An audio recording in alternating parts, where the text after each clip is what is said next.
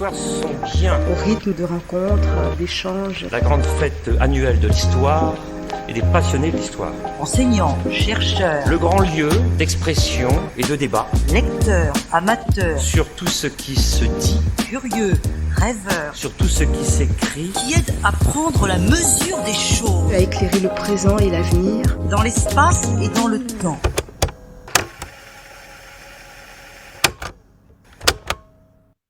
Puisqu'il s'agit d'argent, ça intéresse évidemment tout le monde, mais je voudrais attirer un petit peu l'attention sur les mots que nous employons pour parler de cela, de ce phénomène essentiel dans la société, essentiel dans le monde et essentiel pour chacun d'entre nous.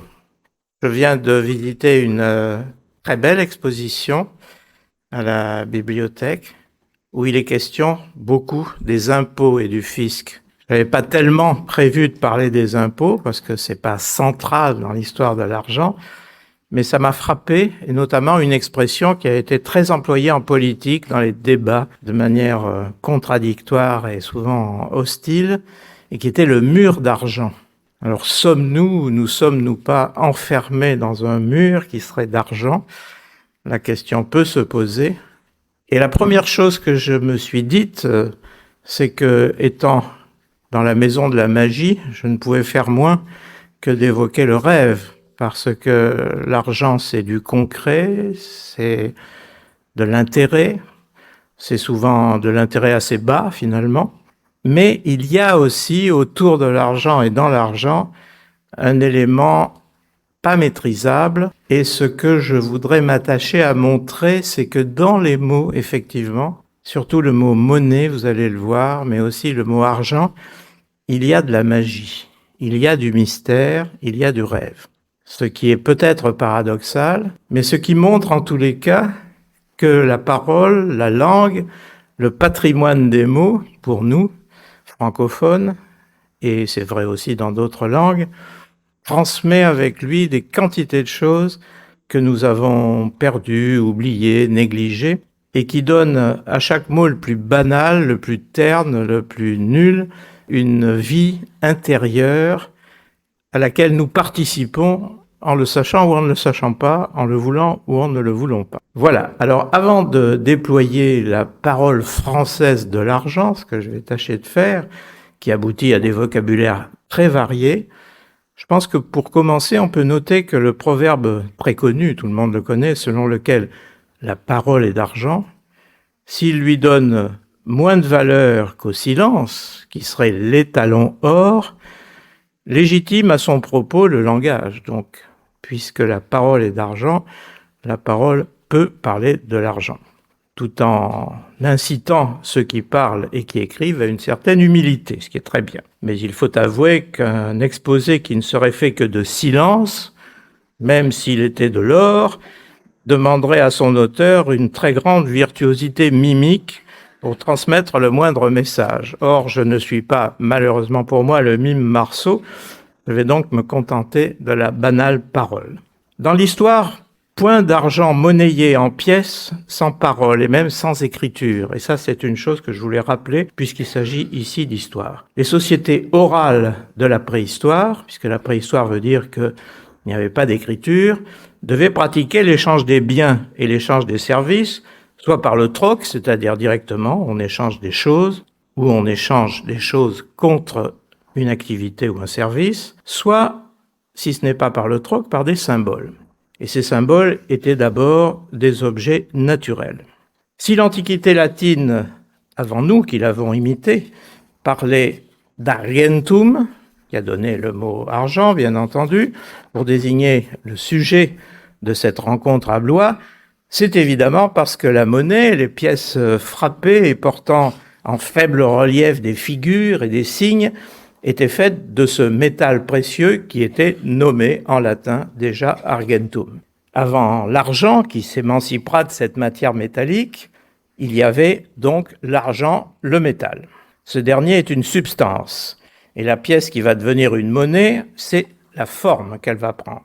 Ça, ce sont les termes d'Aristote, et puisqu'on est dans l'Antiquité, on peut évoquer ce philosophe grec. Il convient donc de rappeler un minimum de ce vocabulaire latin qui portait sur l'objet matériel transfiguré pour devenir un instrument de compte de la valeur et un instrument d'échange. Deux métaux sont alors en cause, tout le monde le sait, argentum et aurum, l'or. Ce dernier était rare et chargé de puissants symboles. Sa couleur jaune, son éclat en faisait la métaphore terrestre du soleil, et par là, celle de la lumière et celle de la vie. Or, qui dit métal dit technique, c'est-à-dire mine, extraction, minerai, opération chimique, raffinage. Après donc le règne technique dans la préhistoire de la pierre, le passage à l'histoire est marqué par un certain nombre de phénomènes que tous les préhistoriens et les historiens connaissent. C'est le passage de la cueillette à la culture, le passage de la chasse à l'élevage, et puis le passage par l'élaboration du bronze, du fer et d'autres métaux plus rares, du minerai brut à quelque chose qui a et qui représente et qui symbolise une certaine valeur. Et en même temps, l'apparition des signes qui transcrivent la parole, c'est-à-dire de l'écriture. Tous ces phénomènes, je ne dis pas qu'ils se sont passés ensemble parce que ça serait évidemment très prétentieux. La révolution néolithique, entre guillemets, c'est une expression d'un historien anglo-saxon qui a du poids, qui a de la réalité, a dû se passer pendant des millénaires et des millénaires, bien entendu. Donc les signes s'emparent alors de l'humanité tout entière, ce qui m'intéresse particulièrement, puisque le sujet central de mon travail depuis toujours, ce ne sont pas seulement les mots et la parole et le langage, mais tous les systèmes de signes.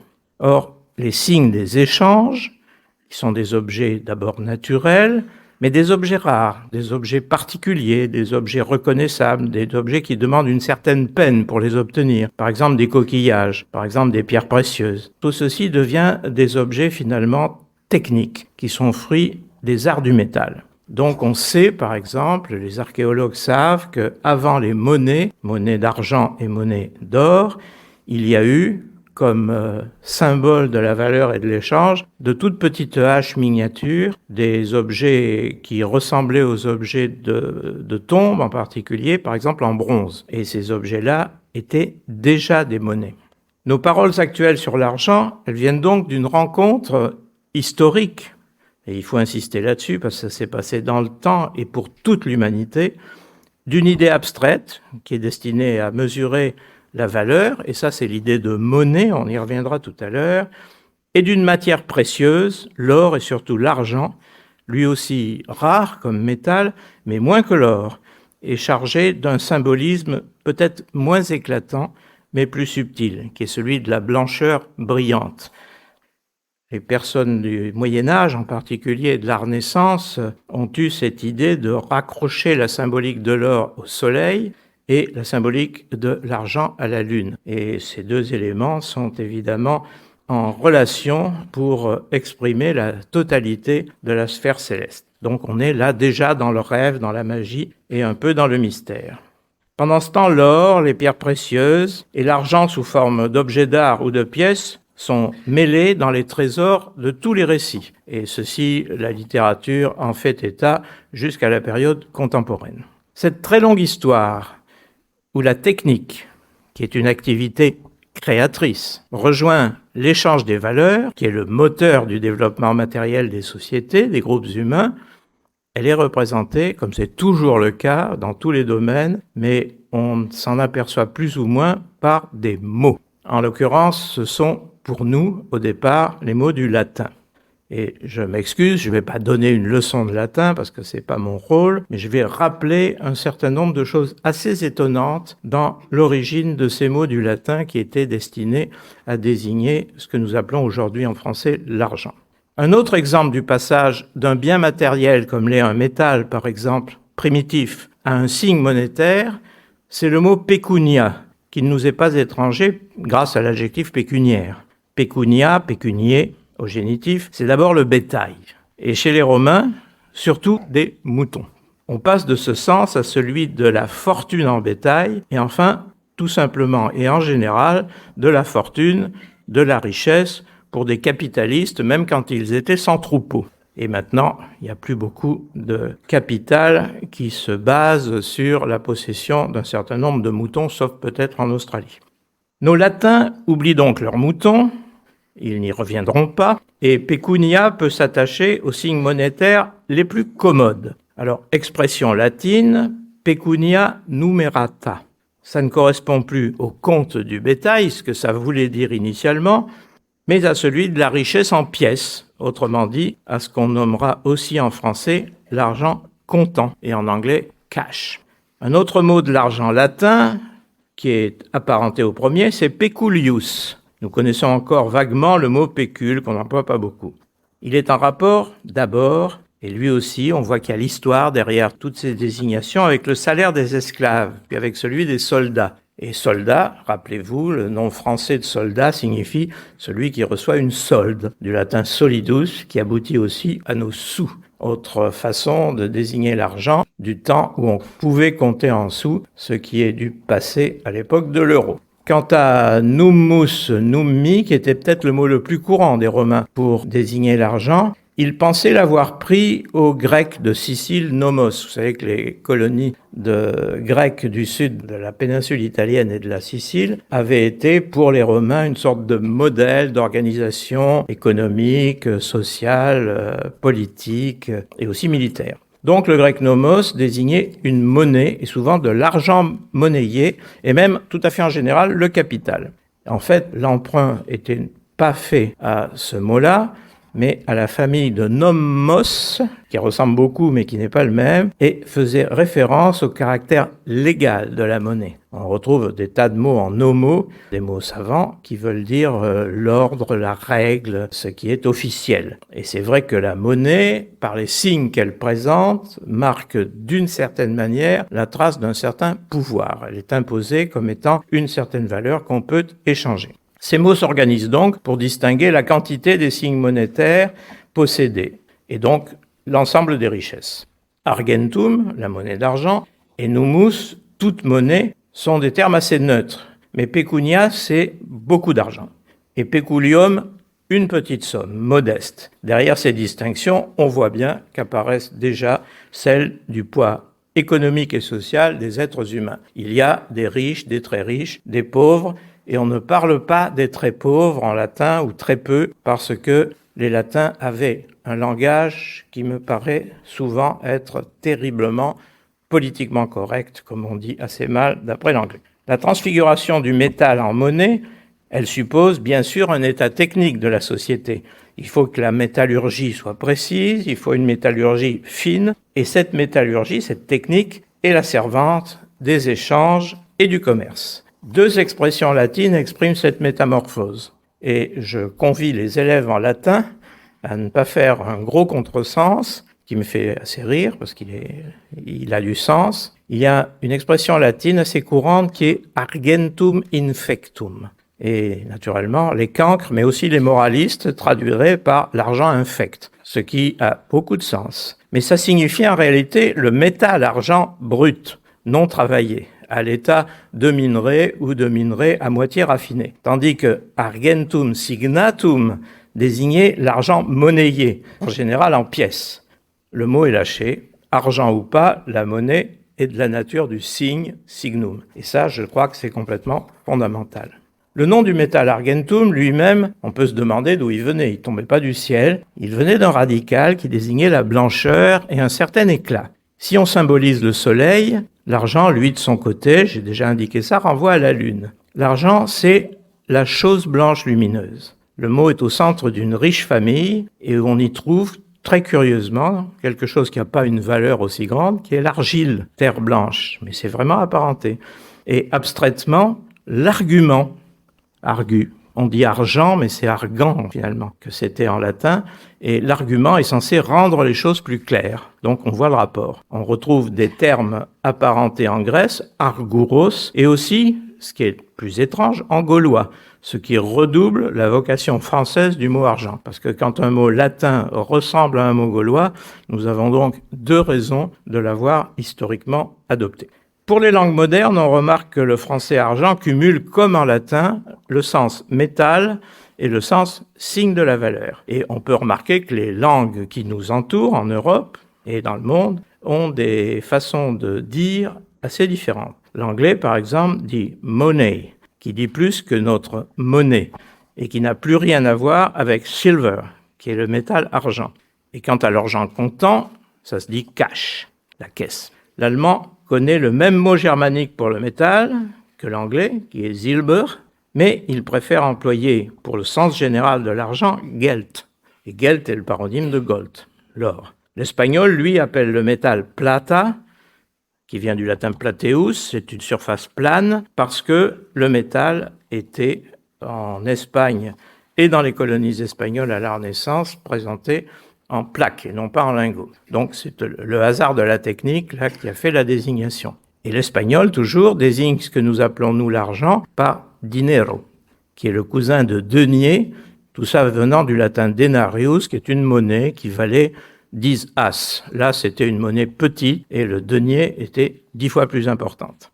En français, on a parlé d'argent pour le métal lui-même dès le IXe siècle. Ça veut dire tout à fait au début, on a des attestations de ce mot par écrit, dès que quelque chose qui n'est plus du latin et qui commence à se diffuser dans le territoire, dans la moitié nord de la France, et qui va devenir le roman puis le français, apparaît. Donc finalement, l'argent en métal, c'est un contemporain de la langue française. Voilà ce qu'on peut dire. On disait aussi monnaie, on disait aussi denier, qui ne s'employait pas seulement pour une monnaie particulière, mais pour l'argent en général. On disait aussi pécule. Mais argent a dû l'emporter à cause d'une fréquence beaucoup plus grande de cette monnaie, parce que l'or était très rare, et aussi par accoutumance à un mot qui donnait lieu à de nombreuses expressions. J'y reviendrai tout à l'heure. C'est un mot très courant, très familier, très banal, qui entraîne des quantités de locutions, d'expressions, de dérivés. Encore au XVIe siècle, Rabelais écrivait que les nerfs des batailles au pluriel, sont les pécunes. Mais ce latinisme-là n'a pas eu de succès, et la formule est aujourd'hui « l'argent est le nerf de la guerre ». Donc on est passé de la pécune, qui était un latinisme, à l'argent, qui en est un autre. Enfin, s'agissant d'action, de commerce ou de bataille, on peut noter que argent rime avec gens, au pluriel. Ces gens qui sont appelés sans complexe aujourd'hui, et ça ne me plaît pas beaucoup, des ressources humaines, et déjà, les ressources humaines, dans l'Antiquité, au Moyen-Âge, à la Renaissance, en matière militaire, on devine comment elles sont traitées. L'argent fait donc du bien et du mal aux gens. Il faut de l'argent pour avoir des gens, et ça se dit dans un proverbe vieilli qui était « point d'argent, point de Suisse ». Ça n'a rien à voir avec la Confédération helvétique, avec nos amis. Ça va à voir avec le fait qu'il y avait un grand nombre de gens qui venaient de Suisse et qui étaient des mercenaires. Et ces mercenaires coûtaient cher. Donc sans argent, pas de mercenaires. Et ça veut dire tout simplement, avec un petit côté xénophobe, sans argent, pas d'armée. Le proverbe le plus étonnant est celui qui, avec l'ancien verbe ardre, qui voulait dire brûler, nous avons conservé ardent, mais nous avons perdu ardre. C'est peut-être très dommage, c'est un joli verbe, mais comme tous les verbes du troisième groupe de conjugaison, il pose de très grands problèmes à tous ceux qui n'ont pas appris par cœur l'admirable Becherel, et cela dit, on ne sait plus le conjuguer du tout. Donc il a été remplacé par le verbe brûler, qui n'est pas plus mal, mais qui a l'immense avantage d'être du premier groupe et de se conjuguer plus simplement. Donc ce proverbe qui utilise le verbe ardre, je fais une présentation pour que vous ne soyez pas surpris, je le trouve admirable parce que c'est le proverbe le plus court que je connaisse sur le mot argent. C'est argent, argent, ce qui veut dire l'argent brûle les gens. Et je trouve que c'est pas mal vu quand même pour un proverbe médiéval. Puisque le métal argent a donné son nom au signe de la valeur, à la monnaie, seul terme utilisé aujourd'hui par les économistes, parce que vous avez remarqué que le mot argent est un mot commun et banal, voire populaire, alors que le mot monnaie est un mot plutôt savant, quand il ne s'agit pas de rendre la monnaie, qui est aussi un mot banal, mais il a pris au XVIe et au XVIIe siècle une valeur scientifique, une valeur économique, sur laquelle certainement des spécialistes reviendront ici même. Donc, ce terme monnaie, je pense qu'il n'est pas mauvais d'y venir et à chercher ce qui se cache derrière son nom, parce que précisément, c'est un nom qui est chargé de symboles encore plus forts que le mot argent et qui sort non pas de la prestidigitation houdinienne, mais de la mythologie grecque, puis latine. La monnaie n'est pas une substance comme l'argent, c'est à l'origine une déesse. Le mot vient en effet du mot latin moneta, sous la forme monua, puis monnaie. C'était un adjectif en latin qui qualifiait la déesse Junon, Juno moneta, traduisant le grec mnémosine, qui voulait dire la mémorable, puis celle qui avertit, qui donne des signes. Et le mot mnémosine désignait, le nom mnémosine désignait dans la mythologie grecque la mère des 9 muses. Mais alors vous allez voir que c'est une maternité assez spéciale et les Grecs antiques, dans leur mythologie, ne se préoccupaient pas de politiquement correct, c'est totalement incorrect. C'est-à-dire que Zeus, le roi des dieux, avait engendré les 9 muses avec 9 étreintes avec la dame mnémosine, ce qui est le signe d'une efficacité assez étonnante sur le plan de la natalité. On est vraiment étonné, mais comme Zeus, vous le savez, se transformait de diverses façons pour avoir des rapports sexuels avec énormément de dames, probablement qu'entre les 9 engendrements des muses, il s'est passé des quantités de choses que je vous épargnerai, tout simplement parce que je les ignore et que je préfère les ignorer. Alors cette mnémosine, d'où venait-elle avant d'engendrer les 9 muses? C'était la fille d'Ouranos. Ouranos, c'est le ciel. Et la fille de Gaïa, et Gaïa, c'est la terre. Donc, elle fait partie des Titanides, qui sont les sœurs épouses, on est en plein inceste, des Titans. Et ce qu'il y a d'assez extravagant dans ces histoires de la mythologie grecque, c'est qu'on est précisément à la fois et très souvent dans l'inceste, et aussi, vous allez le voir, dans l'infanticide. Parce que Zeus lui-même, qui est fils d'un titan qui s'appelait Chronos, combat lui-même les titans, et ce fameux Chronos, qui n'est pas le Chronos du temps, est un titan qui dévore ses enfants. Et il a oublié d'en dévorer un, qui est assez étonnant, qui est Zeus devenu le roi des dieux. Il a donc mutilé aussi son père Ouranos, ce qui a permis de séparer la terre, Gaïa, du ciel Ouranos. Vous m'avouerez que ce genre d'événement mythique plonge assez loin dans l'inconscient humain et que quand on pense que tout ceci donne une déesse qui s'appelle Junon et qui va devenir l'occasion de nommer la monnaie, on est quand même surpris et on peut quand même se poser des questions sur l'origine lointaine des concepts qui nous habitent aujourd'hui de manière tout à fait innocente. Et j'aime bien qu'il y ait du coupable derrière l'innocence en matière de langage. Il vaut mieux que ce soit en matière de langage qu'en matière d'action d'ailleurs. Alors ce fameux Chronos, dévorateur de ses enfants, finalement, c'est une sorte d'ogre et on s'aperçoit que le règne universel de l'argent, sur lequel d'ailleurs la mythologie grecque est muette, a des origines absolument immorales et violentes. Pourquoi dit-on monnaie avec cette histoire qui semble pas du tout évoquer l'argent, mais plutôt, disons, des attitudes psychologiques profondes contre lesquelles la pensée civilisée a réagi en installant une morale, parce qu'on frappait les pièces de monnaie au temple de Junon. Et je ne pense pas que ça soit par hasard. Je crois qu'il y avait toute une symbolique qui était là-dedans, qui n'est pas grecque du tout. Ça, c'est l'interprétation romaine, qui est parfois assez différente et parfois assez perverse par rapport à la mythologie grecque. Moneta a donc désigné le fait de frapper les pièces, la frappe elle-même, qui est une action, puis les pièces elles-mêmes et tout moyen de paiement. Le mot est en français d'usage général, mais plus précis que argent. Et il apparaît un peu plus tard, mais pas tellement plus tard. Et très vite, le mot monnaie devient absolument banal, et on trouve des expressions que nous connaissons tous aujourd'hui, que nous employons dès le Moyen-Âge, dès le XIIIe siècle, comme monnaie courante, fausse monnaie, qui a donné faux monnayeur, et ça c'est un sport qui est encore pratiqué aujourd'hui, on le sait, ou une expression très familière et qui est assez sympathique, qui est la petite monnaie. Et ça date quand même du XIVe siècle. Donc on voit que ça n'est pas une nouveauté.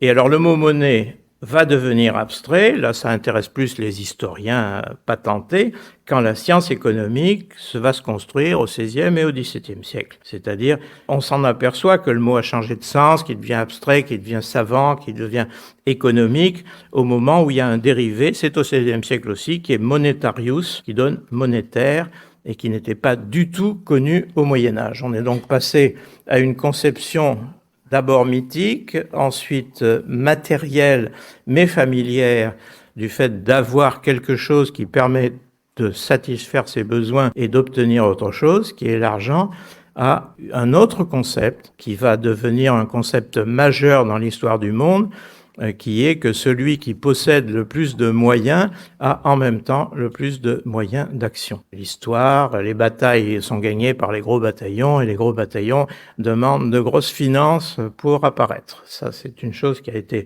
remarquée de manière ironique au XVIIIe siècle, par exemple par Voltaire, mais qui était déjà parfaitement perçue avant lui et dans l'Antiquité. Alors, en passant du mythe grec au culte religieux romain, qui débouche sur l'économie monétaire, on voit le chemin, c'est-à-dire une mythologie avec toute sa pensée profonde, toute sa psychanalyse cachée, tous ses ressorts mystérieux, il faut le dire, et quelque peu magiques, à quelque chose qui est beaucoup plus cadré, à la fois sous une forme de culte organisé, et à la fois sous la forme d'un culte qui aboutit sur la politique et l'économie. Et l'histoire des mots a attesté cela dans des quantités de domaines. La basilique, c'est un mot grec passé en latin qui désigne une cour de justice, et puis c'est devenu après une église. Mais le système inverse est encore plus courant, c'est-à-dire des mots qui étaient religieux et qui sont devenus des mots politiques ou des mots sociaux ou des mots économiques, comme c'est le cas pour la monnaie. Donc, on passe du mythe grec au culte religieux romain et ça débouche sur l'économie monétaire en rejoignant les réalités de l'histoire. Donc c'est une sorte de descente du ciel, enfin d'un ciel imaginé, celui de la mythologie, à la terre et à la vie quotidienne. L'argent et la monnaie sont certainement une des réalités de l'histoire majeures. Et les paroles qui portent sur elles sont multiples. Alors ça, bien entendu, si je voulais désigner ici tout ce qui se rattache à l'argent, tout ce qui est désigné comme ayant rapport à l'argent, on n'en finirait évidemment pas. Parce que ça va de la vie collective, de la vie quotidienne, individuelle, des difficultés de la vie individuelle au pouvoir des riches. Ça, c'est une opposition. D'ailleurs, le mot riche, c'est assez étrange. C'est pas du tout un mot qui désigne le capitalisme florissant ou la possession de tas d'objets. C'est un mot qui veut dire puissant. C'est un radical germanique qui est venu s'installer en français assez tôt d'ailleurs, mais qui atteste le passage du pouvoir par la force et pouvoir politique, à celui de l'argent. Ce qui est la reconnaissance à l'intérieur des mots du fait que la richesse, au sens où nous l'entendons aujourd'hui, donne la puissance.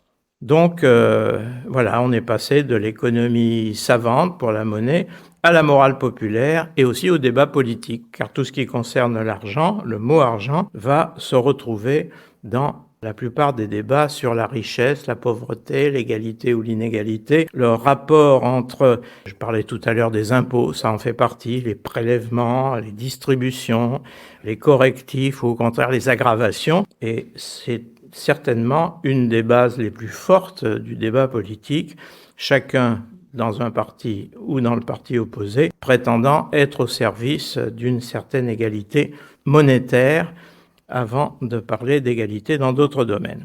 Ceci est déjà observable avec le mot argent lui-même et avec ses contextes, ses équivalents qui sont, vous allez le voir, extrêmement nombreux. Alors, on peut dire un mot de l'argent tel qu'il est présent dans la littérature ou dans les proverbes. Et c'est assez étonnant parce que dans les proverbes en particulier, l'argent est vu d'une manière très contradictoire. Prenez par exemple cette expression « amitié vaut mieux qu'argent », qui est un proverbe du XVe siècle, qui a duré un certain temps, qu'on n'emploie plus aujourd'hui, Pourquoi l'emploie-t-on plus? C'est parce qu'on n'a plus confiance en l'amitié ou c'est parce qu'on croit vraiment que l'argent vaut autant que l'amitié ou plus? C'est une question, et c'est une question un petit peu angoissante.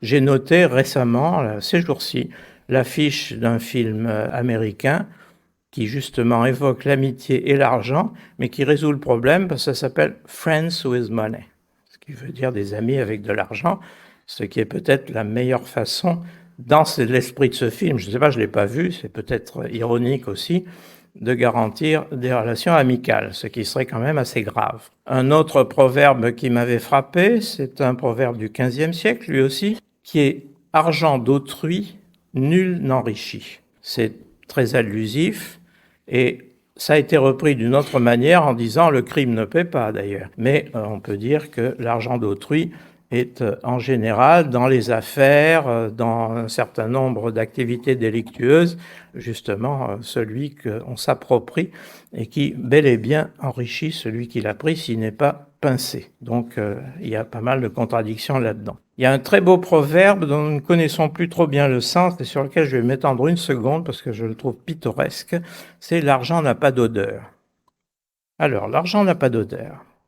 C'est un proverbe latin, c'est plutôt une anecdote latine. C'est Suétone, qui est un historien latin, et qui raconte que l'empereur Vespasien, dont tout le monde sait à cause du mot Vespasienne, qu'il était l'inventeur d'un impôt sur l'urine, c'était pas du tout par des pulsions étranges et souterraines, c'était parce que l'urine, à cause de l'acide urique, était une matière première industrielle indispensable pour la production du cuir. Donc il avait mis sous le nez de son fils, qui s'appelait Titus, le produit de cet impôt, lui faisant remarquer que ces pièces, et un autre historien, Dion Cassius, précise qu'il s'agissait de pièces d'or, donc pas vraiment d'argent, ne dégageaient aucune odeur répugnante. Et il lui disait, en latin, non olet, ce qui veut dire ça ne sent rien, ce qui est devenu en français, l'argent n'a pas d'odeur. L'anecdote concernant l'empereur Vespasien avait déjà une fonction symbolique en latin, et une fonction morale.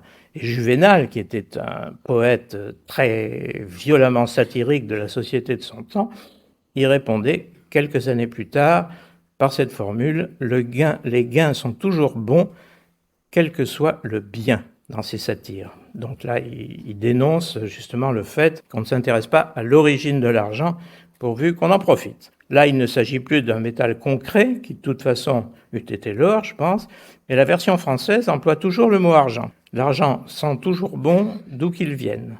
C'est la formule qu'on trouve dans des textes du XVIe, XVIIe, XVIIIe siècle. Et dans les variations modernes sur ce thème, par exemple, il y a une très jolie citation qui est attribuée à Tristan Bernard, je ne sais pas, mais on ne prête qu'aux riches, qui est « l'argent n'a pas d'odeur, mais à partir d'1 million, il commence à se faire sentir ». Que c'est bien vu. Argent est donc pris là dans son sens abstrait, tout comme dans des expressions du XXe siècle qui disent le contraire et qui sont, par exemple, l'argent sale ou blanchir de l'argent, ce qui veut dire qu'il devait y avoir au départ quelque chose de désagréable au toucher et à l'odeur sans doute. Donc l'argent n'a pas d'odeur est contesté très rapidement, mais on voit l'origine de la chose. Autre proverbe, et que je trouve plein d'enseignements, c'est « l'argent ne fait pas le bonheur ». Alors bien entendu, tout le monde connaît la réponse, mais il y contribue. Ce qui veut dire que finalement, le bonheur n'étant pas de ce monde, il ne s'agit que d'avoir des éléments qui le facilitent et que l'argent en fait partie. Donc finalement, ce proverbe est nié par sa continuation et il n'a plus beaucoup de poids. Et un autre qui me paraît garder une valeur morale très très durable, c'est l'argent bon serviteur mais mauvais maître. Et ça, c'est une très belle trouvaille, latine elle aussi, parce que c'est une formule toujours de l'historien latin Suétone qui décidément était assez centré sur ce problème mais qui en parlait fort bien, et il en parlait à propos de Caligula.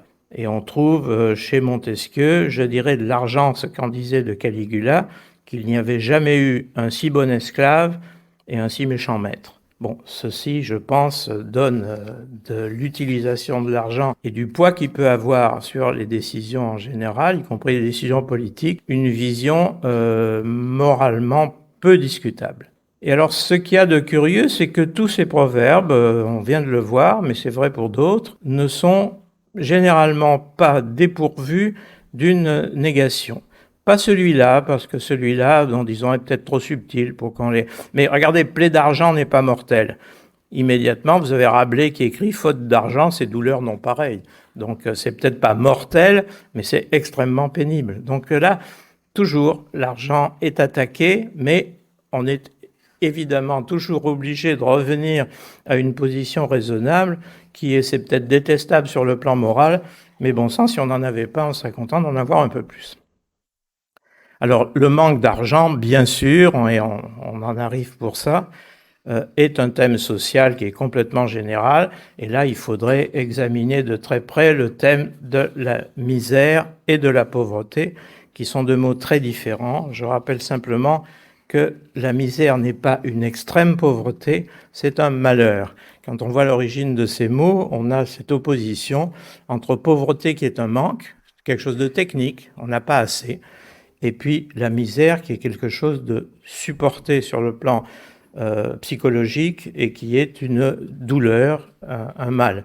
Et vous avez remarqué que quand Victor Hugo a voulu dénoncer les inégalités sociales flagrantes de la société où il vivait au milieu du XIXe siècle, il n'est pas allé chercher le mot pauvre ou pauvreté pour le décrire. Il a eu un projet de roman qui s'appelait d'abord Les Misères et qu'il a changé ensuite pour en faire quelque chose de plus sonore et qui est, tout le monde le sait, Les Misérables. Donc voilà, la misère, c'est autre chose, ça n'est pas une pauvreté intense, c'est un malheur social. Et ce malheur social, quand il est dénoncé, évidemment, on ne peut pas s'empêcher de le mettre en rapport avec le fait que l'argent est partout présent et que la misère est un scandale parce que justement tout fonctionne grâce à l'argent.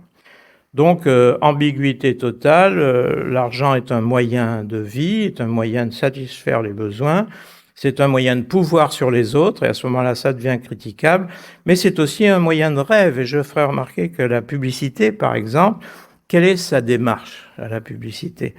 Elle consiste à fabriquer du rêve et à conduire du rêve, qui est un rêve de consommation, de manière ciblée, à l'argent qui est nécessaire pour retrouver le réel. Donc, j'avais contribué à un colloque aux États-Unis sur le problème justement de la communication publicitaire et de l'argent. Et j'avais cru, mais peut-être ça n'avait pas été tellement ressenti, j'en sais rien, dénoncer quelque peu la publicité, sans être forcément publiphobe, en appelant son activité « From Money to Dreams », c'est-à-dire de l'argent au rêve, et la fin de la désignation était « return ticket », c'est-à-dire un aller-retour. Parce que, en effet, le publicitaire fabrique du rêve, cherche de l'argent, cherche à faire obtenir de l'argent, parce qu'il a des clients, c'est pas pour lui en général directement, et c'est une espèce de moulinet dans lequel on construit et on stimule des besoins en faisant rêver à propos d'eux, et après, naturellement, pour que ces besoins deviennent autre chose que des frustrations, il faut l'argent. Voilà, donc en fait, la dénonciation de l'argent peut passer par la fabrication de l'illusion et la multiplication des rêves ou des choses plus ou moins fictives dans la société vivante aboutit très souvent à des flux d'argent.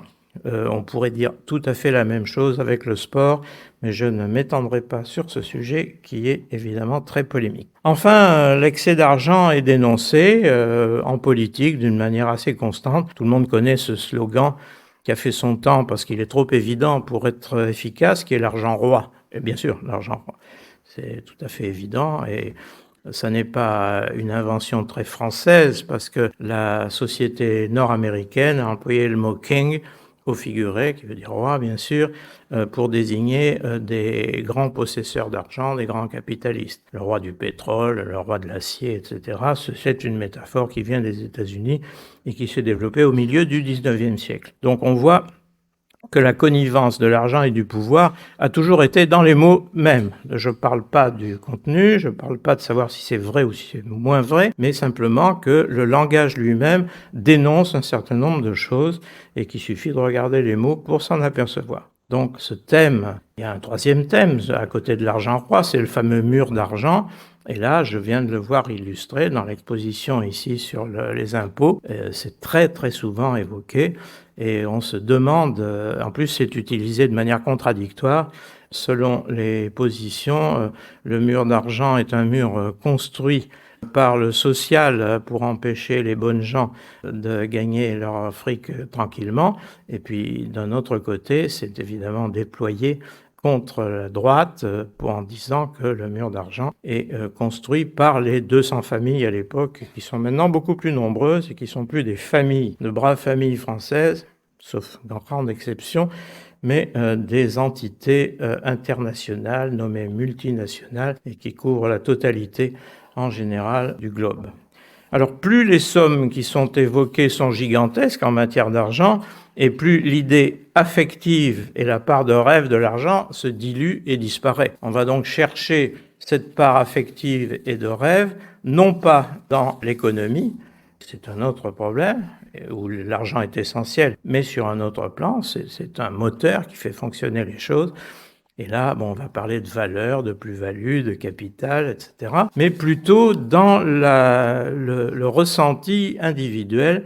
Et ça, la littérature française en est l'illustration assez admirable. J'aurais des quantités de citations là à donner. Et il y en a qui méritent d'être rappelées parce que elles sont parfois dans la banalité jusqu'à, disons, à la palissade. Mais ça fait réfléchir, si je n'avais pas d'argent, je n'aurais pas de dette, dit Alfred de Musset dans Fantasio. Bon, voilà, c'est assez... Molière, alors là, lui, ça c'est le bien pensé, la morale antique, celle d'Horace, mais l'argent dont on voit tant de gens faire cas, pour un vrai philosophe, a d'indignes appâts. L'indignité des appâts est en général surmontée par le fait qu'ils sont agréables. Mais voilà, c'est pas seulement en matière d'argent, mais ça va comme ça. Et alors, très belle phrase de Balzac, parce que ça va assez loin dans la dénonciation des nécessités de la survie dans la société moderne. Et ça, c'est tout Balzac, pour qui l'argent est une chose absolument fondamentale et qui, après laquelle, parce que vous allez voir quand il y a la belle argent, la grosse argent, ça c'était les mots populaires, Balzac qui écrit dans Louis Lambert, il faut de l'argent même pour se passer d'argent. Et bon, ça fait réfléchir. Alors voilà, il y a plein de choses intéressantes comme ça. Je sais que l'argent est cause de tous les maux qui désolent nos sociétés si cruelles et dont nous sommes si fiers. Là, on revient à une morale assez traditionnelle, mais finalement, c'est fort bien dit, et c'est Anatole France.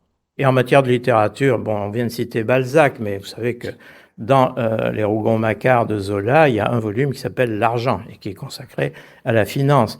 C'est aussi le nom d'un essai de Peggy.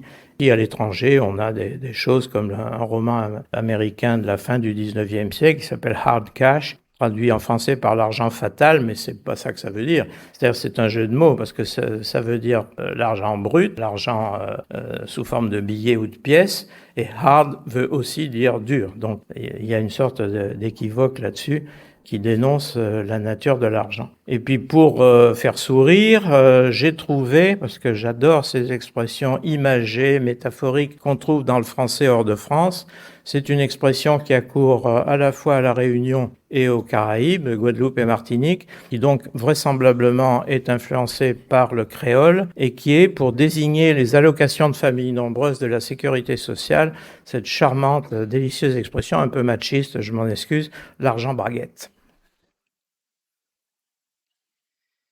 Donc, vous voyez que les mots de l'argent ne sont pas toujours tristes et qu'on peut en sourire ou en rire. Et bien entendu, à côté des choses cocasses, et si j'ai le temps, je vous donnerai quelques mots d'argot, parce que ça, c'est quand même assez intéressant. Enfin, l'argot, il n'y a plus d'argot aujourd'hui, et il y a le verlan, mais l'argot a quand même marqué le vocabulaire français général. Les mots sont passés de l'argot, quand il y avait un argot des malfaiteurs, à la langue générale, sous forme de mots familiers. Et alors là, Dieu sait qu'il y a deux thèmes qui sont les plus riches en matière de désignation argotique, familière et populaire. C'est certainement le sexe et l'argent. Alors là, quant à fermer le triangle pour montrer quels sont les rapports, ça n'est pas très difficile si on a lu Freud, et je ne vais pas insister sur le fait que l'argent est pour Freud la symbolique de quelque chose qui n'est pas génital, mais qui est l'érotisme anal. Alors, je ne vais pas détailler cette affaire-là, mais alors c'est plutôt l'or chez Freud, qui est le symbole. Mais enfin, bon, en allemand comme en anglais, on a deux mots, l'un pour le métal, l'autre pour la monnaie. Et nous, Français, nous avons préféré continuer, comme les Latins, à confondre les deux, ce qui est sûrement une attitude, pas seulement une ambiguïté, pas seulement une économie pour désigner deux choses avec un seul mot, mais aussi le sentiment qu'il y a un rapport entre les deux. Ce rapport est historique, je vous en ai parlé au début, mais il est aussi symbolique. Et retrouver dans l'argent, la monnaie, la symbolique de l'argent, le métal, c'est faire une sorte d'alchimie à l'envers. Je trouve ça pas inintéressant du tout. Alors, les mots de l'argent, si on voulait les traiter, vous imaginez bien qu'il y aurait une série de verbes qui seraient obligatoires. On dit avoir de l'argent et ça s'oppose à manquer d'argent. On dit gagner et ça s'oppose à perdre. On dit acheter et ça s'oppose à vendre. On dit prêter et ça s'oppose à emprunter. Tout ça est bien symétrique. On dit donner, on dit prendre et spécificité par rapport à prendre, voler. On dit garder, on dit thésauriser et ça s'oppose à dépenser ou à dilapider. Et puis alors il y a un verbe très curieux qui est un verbe très général et très banal et on n'y réfléchit pas, faire de l'argent. Alors là, on ne dit pas ça des faux monnayeurs, on dit ça aux gens qui en gagnent vraiment beaucoup. Voilà, donc le verbe faire, qui impliquerait théoriquement une création, là est donné comme le résultat d'un transfert, ce qui veut dire que l'argent a ce côté vicieux qui est que pour le produire, en général, on n'a pas lieu de travailler tellement, mais de faire travailler les autres. Et je vous laisse l'interprétation de ce que je viens de dire sur le plan social. Alors, pourquoi est-ce que l'argent, il y a des questions comme ça qui peuvent se poser en langue populaire, à une certaine époque a été féminisé, car on a dit la belle argent, la grosse argent. Et ça, j'avoue que j'ai pas de réponse à ça. C'est un peu comme l'ouvrage aussi, un bel ouvrage, de la belle ouvrage. L'argent, en fait, il hante surtout ceux qui en manquent. Et pour ceux qui en ont, c'est un autre problème. Ceux qui en gagnent et ceux qui en volent, et c'est pas étonnant que justement que les façons de parler marginales, par exemple les argots et la langue populaire, autrefois l'argot du milieu par exemple, multiplient les mots pour exprimer l'argent avec des métaphores extrêmement variées, mais qui recoupent en général une idée clé. C'est incroyable de voir le nombre de mots qui désignent quelque chose qui sert à nourrir et qui va devenir un nom de l'argent. On pense au pain. Alors on ne dit pas du pain pour de l'argent, mais on gagne son pain quotidien. Plus tard, un peu remplacé par gagner son beefsteak. Ça, c'est l'élévation du niveau de vie. Ouais. Et gagner son beefsteak, gagner son beef, c'est vers 1920. Donc vous voyez, il faut attendre le XXe siècle. Gagner son pain quotidien, c'est depuis la Bible, depuis le Moyen-Âge. Et puis il y a les fameuses expressions oubliées aujourd'hui et qui désignaient l'argent rapporté par la prostitution, qui était le pain des Jules. Et je glisse avec discrétion sur le pain de fesses. C'était aussi une expression qui était assez courante vers 1920-1930 par là. Mais au-delà du pain, vous avez des mots désignant des nourritures et dont on ne pense plus à ça. Du blé pour de l'argent. C'est évident que le blé est la matière et c'est très ancien. Au XVIe siècle, j'ai trouvé une expression qui était du blé qui porte croix. Et la croix, c'est le signe de la monnaie qui est sur la monnaie. Donc là, le mot n'était pas tellement installé, donc il fallait une certaine explication. Mais après, on a dit du blé. Et ce qui est étonnant, c'est qu'entre le XVIe siècle et nos jours, le mot est resté extrêmement vivant pour désigner l'argent. Il y a la galette, que nous connaissons encore, mais qui là est beaucoup plus récente. Et la galette, c'est une des choses qu'on peut faire avec du blé, bien sûr. Et il y a, curieusement, le fric. Alors, on n'y pense plus, mais le fric, c'est l'abrégé soit de fricassé, qui veut dire faire de la cuisine pour faire manger, soit de fricot, tout simplement. Ça, on n'en est pas très sûr. Ça apparaît vers 1880, et donc ce mot ultra courant aujourd'hui, qui est à peine familier, était un mot qui désignait la nourriture. Et je rappellerai au passage un mot, alors complètement oublié, mais qui est dans les chansons de Bruant et qui est très très présent vers 1900, qui est que la prostituée est une marmite. Et ce qui, pour les féministes, il y a du matériel à commenter, c'est certain, et qui est exploité par celui qui en tire argent et qui à l'époque est un do. Pourquoi? Parce que dos vert, et dos vert c'est le maquereau ou le hareng, vous voyez.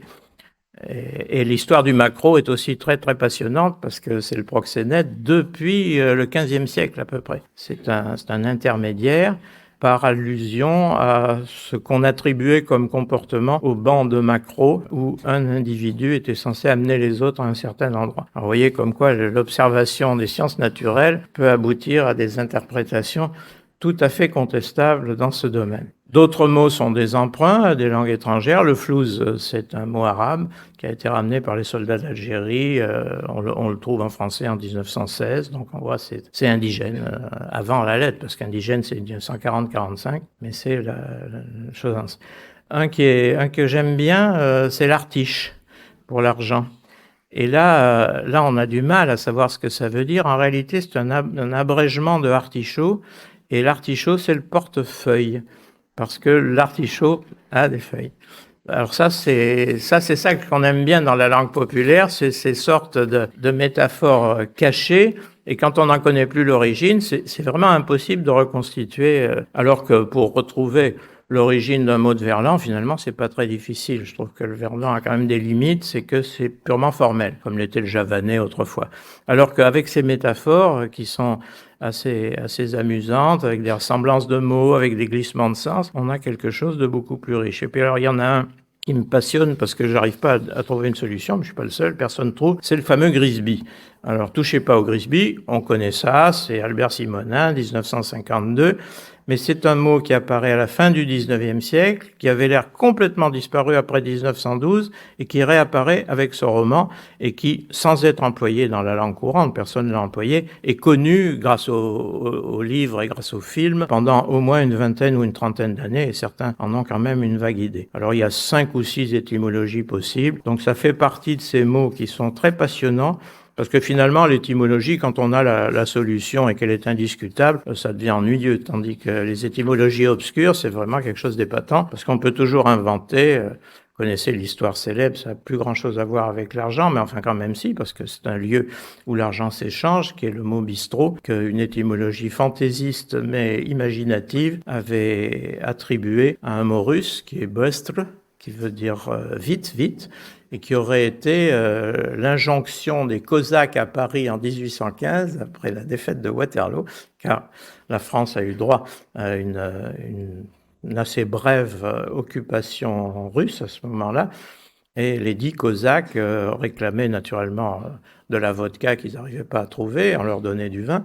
Ils n'étaient pas contents, ils demandaient vite à boire quelque chose de plus fort. Et l'ennui, c'est que cette histoire qui est charmante n'a aucune chance d'être vraie parce que le mot bistrot apparaît en réalité vers 1880, donc il faudrait quand même une mémoire souterraine assez étonnante de 1815 à 1880, et dans le nord de la France et pas du tout à Paris. En rapport avec la bistouille probablement, qui est un mot que les gens du Nord connaissent très bien et qui veut dire touiller 2 fois et qui est le nom donné au café mélangé d'eau de vie qu'il faut remuer un petit peu pour que...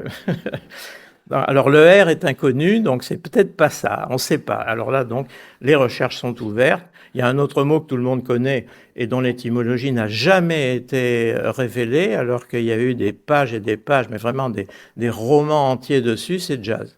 Et les étymologistes américains, puis français qui ont pris le relais, donnent une quinzaine d'hypothèses.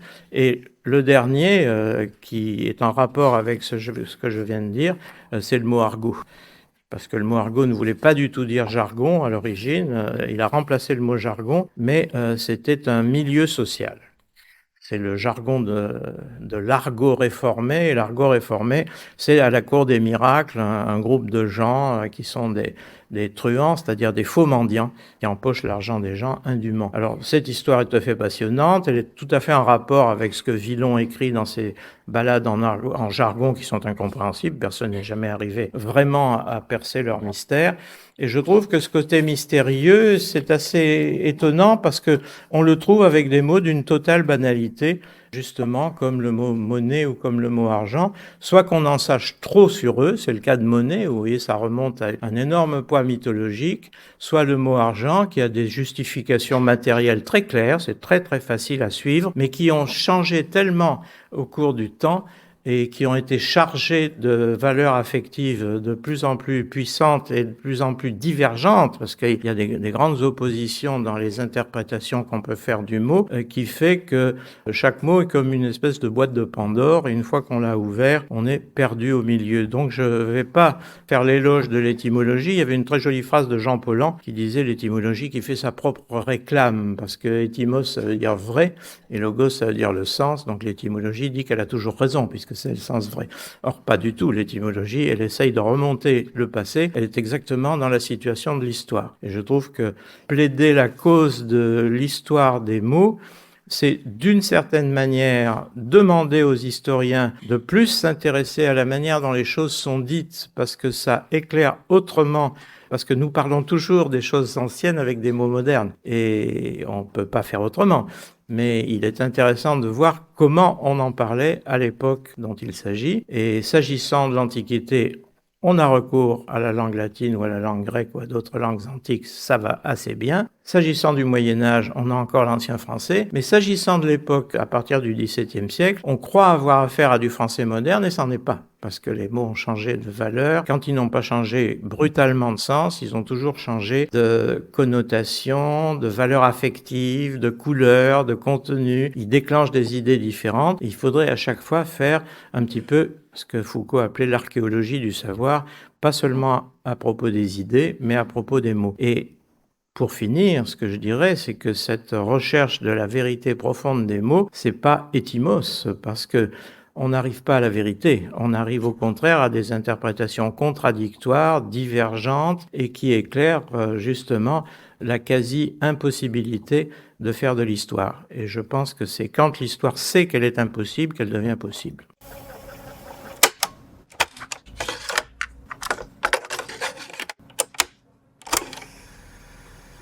J'ignore s'il nous reste du temps, mais s'il en reste un peu, je serais ravi qu'il y ait des questions, parce que je pense que dans ce que j'ai dit, il y a beaucoup de problématiques. Est-ce que vous pouvez nous parler du mot thune? Quelle est l'origine du mot thune? Le mot thune, le mystère n'est pas son origine, le mystère est sa réapparition.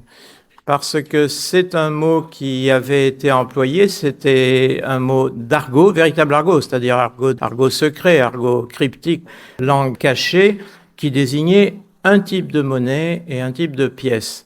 Et ça a été employé de manière assez régulière, pour autant qu'on ait les documents, mais on en a pas mal, entre le XVIIe siècle et la deuxième moitié du XIXe siècle. Et puis, à partir de 1880-90, plus du tout de thunes. Plus personne n'en parle, c'est remplacé par d'autres mots, tous les figurés de francs, balles, enfin, etc. Et ça réapparaît dans le langage des cités dans les années 70. Et naturellement, les linguistes ont tous dit « Ah ben oui, c'est une reprise du mot ancien, du mot du XVIIe et du XVIIIe siècle ». Je trouve ça un peu invraisemblable parce que je vois pas du tout les gars qui parlent ce langage-là aller rechercher dans des textes anciens. Donc, je me demande s'il n'y a pas une ressemblance sonore entre ce mot-là et le mot ancien thune, et il faudrait chercher une autre étymologie. Ou alors trouver le lien entre le mot ancien, disparu depuis une cinquantaine d'années, et puis cet emploi nouveau où ça n'est plus une pièce, mais c'est l'argent en général, de la thune. Donc ça devient un collectif. Donc, autre mystère, qui n'est pas celui des origines et des étymologies, qui est celui du fonctionnement des mots. Et ça, souvent, ça pose de très grands problèmes. Et c'est pour ça qu'il y a de fausses étymologies, c'est qu'on néglige de dire... Oui, un mot peut pas passer brutalement d'un mot de spécialiste ou d'un mot d'argot brutalement au langage général. Il faut qu'on ait un cheminement. On peut pas avoir un mot provençal qui tout d'un coup se met à être employé 100 ans plus tard à Lille ou à Nantes. Donc il faut avoir une certaine cohérence et nos connaissances sur le vocabulaire sont des connaissances ponctuelles. On a beaucoup de mal à avoir des connaissances en suivi comme ça. Et pour ça, il faudrait avoir... On commence à avoir, il y a un énorme corpus de littérature française qui s'appelle Franc-Texte et qui permet de suivre des mots depuis le XVIe siècle jusqu'à nos jours. Mais ce sont des mots littéraires, donc toute la langue parlée échappe à ça, sauf la partie de la langue parlée qui est reflétée par les romans et qui maintenant est courante. Le pèse. Ah ben oui, le pèse, ça c'est un mot courant, mais vous savez... si vous êtes amateur d'argot, parce que ça plaît toujours, même si les mots sont peu employés, ils ont un côté sympathique et rigolo, je peux vous commencer la liste alphabétique. Artiche, aspin, atout, aubert, balle, beurre, blanc, le blé, le bob, la boulange, les boules, la braise, la broc, la bulle, le cachet, le cadeau, la caisse, le caillerie, le carbi, le carbure, le carle, le carme, le cresson, ça c'est charmant, la pièce, la thune, la douille, l'engrais, le flouzard, le flouze ou le flouze, le foin, la fraîche, le fric, la galtouille, galtouze ou galette, le gâteau, le grisby, le houblon, je ne connaissais pas celui-là, l'huile, le kilo, le copec. Alors le kilo, je connais le kilo de rouge, mais je ne connais pas le kilo pour l'argent.